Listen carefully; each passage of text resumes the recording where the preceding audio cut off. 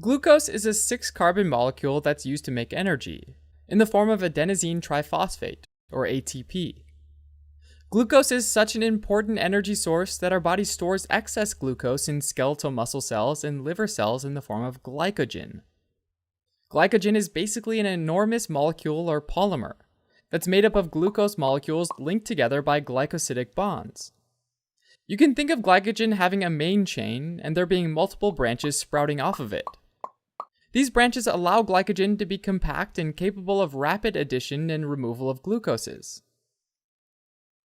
It's kind of like growing a plum tree in a tiny house with a short ceiling. The short ceiling limits the tree's vertical growth, but the tree is able to branch off, so that it can still grow and produce many plums in a tight space. Now let's say that you just wrapped up a delicious lunch. You had tacos. Glucose is absorbed from the intestine and that causes our blood sugar to go up. The pancreas responds to high blood sugar by secreting insulin. Insulin acts on glucose transporters on the cell membrane, which are called GLUTs, and makes them bring more glucose into all cells in our body. Inside the cell, an enzyme called hexokinase adds a phosphate group to its 6th carbon, creating glucose 6-phosphate. Then glucose 6-phosphate is broken down during glycolysis, making ATP as a byproduct. Over time, ATP levels start to rise and that inhibits certain enzymes in glycolysis. When that happens, the extra glucose 6-phosphate can be used to make glycogen, and that usually takes place in the liver and muscle cells. There are 4 main steps in glycogen synthesis. First is attaching a uridine diphosphate, or UDP molecule to glucose. Second is attaching the glucose part of the UDP glucose molecule to a glycogen primer called glycogenin, forming a short linear glycogen chain, which serves as a primer.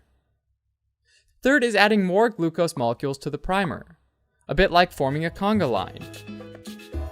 And fourth is adding branches to the glycogen molecule. So starting with step 1, to make UDP glucose, an enzyme called phosphoglucomutase moves the phosphate from the 6th carbon of glucose 6-phosphate to the 1st carbon, creating glucose 1-phosphate, which uniquely comes in the form of uridine triphosphate, or UTP. In the presence of glucose 1-phosphate and UTP, an enzyme called UDP glucose pyrophosphorylase cuts 2 phosphate molecules off of UTP, which give the energy necessary to complete this reaction. So only 1 phosphate remains attached to uridine, and then glucose 1-phosphate is added to it. That makes 2 phosphates, so the resulting molecule is called UDP glucose.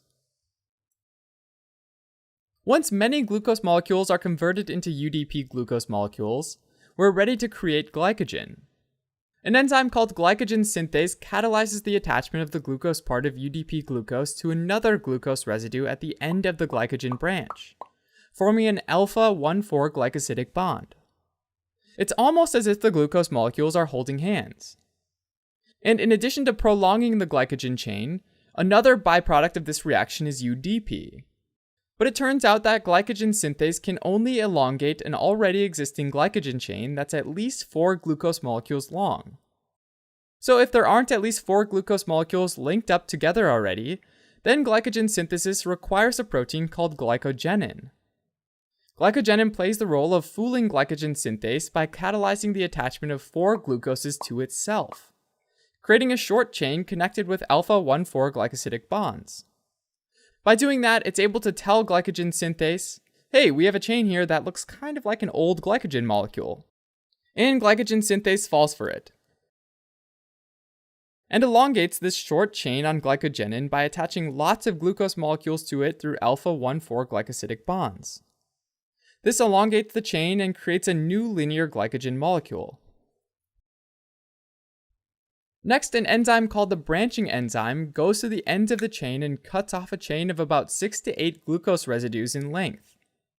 The branching enzyme then attaches that chain to the side of the linear glycogen strand by creating an alpha-1,6 glycosidic bond.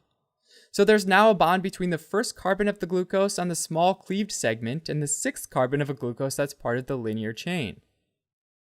And as soon as you've shortened the linear chain, glycogen synthase will elongate it once again. This happens over and over again, resulting in a branched glycogen tree to serve as stored energy. Now let's say it's been a couple of hours since those tacos, and you decide to go for a run. Because you're fasting, your blood glucose levels take a dip. In response, the pancreas secretes the hormone glucagon, and the adrenal glands secrete epinephrine to increase your heart rate. It turns out that glucagon tells the liver cells to break glycogen down into individual glucose molecules, and epinephrine tells skeletal muscle cells to do the same thing. In both the liver and skeletal muscle cells, glycogen breakdown starts with the branches. First, an enzyme called glycogen phosphorylase cleaves the alpha-1,4 bonds between individual glucose residues and catalyzes the transfer of a phosphate group to the freed glucose. The result is that the enzyme releases one glucose 1-phosphate molecule at a time. It keeps on doing this until exactly 4 glucose molecules remain on the branch. Next, a debranching enzyme literally cuts off glycogen branches. It has a component called 4-alpha-glucanotransferase, which transfers 3 out of the 4 glucose molecules off of the branch and reattaches them to the linear glycogen chain instead, extending it as a result. The same debranching enzyme has another component known as alpha-1,6-glucosidase, which cleaves off the alpha-1,6 glycosidic bond and releases a free glucose.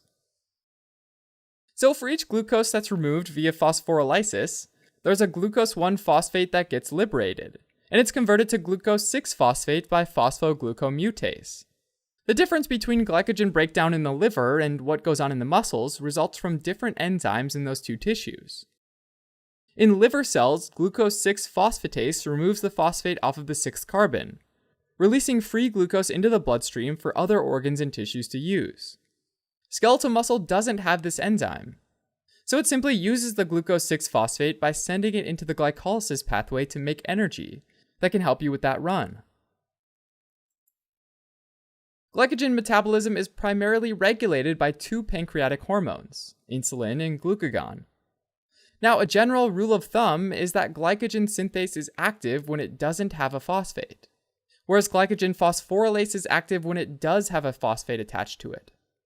So in liver and skeletal muscle cells, insulin binds to a tyrosine kinase receptor on the cell surface, and that ultimately activates a protein phosphatase which goes around removing phosphates from glycogen synthase, making it active, as well as from glycogen phosphorylase, making it inactive. This promotes glycogen synthesis and decreases its breakdown. On the other hand, glucagon in the liver cells bind to a G protein coupled receptor on the cell surface, which activates adenylyl cyclase, which converts ATP to cyclic AMP, or CAMP. CAMP then activates protein kinase A, which adds a phosphate to glycogen phosphorylase kinase, which activates it. Glycogen phosphorylase kinase adds a phosphate to glycogen phosphorylase, increasing its activity and promoting glycogen breakdown. It also adds a phosphate glycogen synthase, decreasing its activity and therefore decreasing glycogen synthesis. Alright, as a quick recap. Glycogen is a multi-branched, compact structure that's made of alpha-1,4 glycosidic bonds between the glucose molecules, and alpha-1,6 bonds at the branching points. Glycogen is considered the major form of glucose storage in the body, and it's primarily stored in the liver cells and skeletal muscle cells. After a meal, high insulin levels promote glycogen synthesis, whereas during fasting, high glucagon and epinephrine levels promote glycogen breakdown.